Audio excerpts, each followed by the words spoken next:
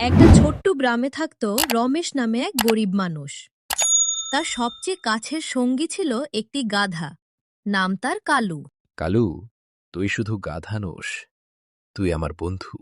মানুষটা ভালো, কিন্তু সব মানুষ কি এমন? একদিন শহর থেকে কিছু লোভী মানুষ গ্রামে আসে। তারা দেখে গাধাটি খুব শক্তিশালী।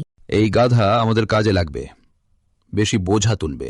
ওকে কষ্ট দিও না, ও আমার সাথী।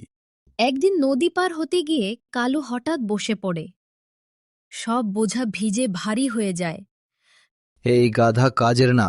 না, ও বোকা না, ও আমাদের শিক্ষা দিচ্ছে। আমি বোঝা বইছি, কিন্তু মানুষ কি বোঝে আমার কষ্ট? ক্ষমা করিস কালু, আমি দুর্বল। দিনে দিনে গাধার ওপর বোঝা বাড়তে থাকে, কিন্তু কালু কিছু বলে না, শুধু সহ্য করে। সময় বদলাল, কিন্তু সব মানুষের মন কি বদলায়? গ্রাম ছেড়ে রমেশ আর কালু গেল শহরের দিকে, নতুন জীবনের খোঁজে। কালু, শহরে কাজ পেলে আমাদের কষ্ট কমবে।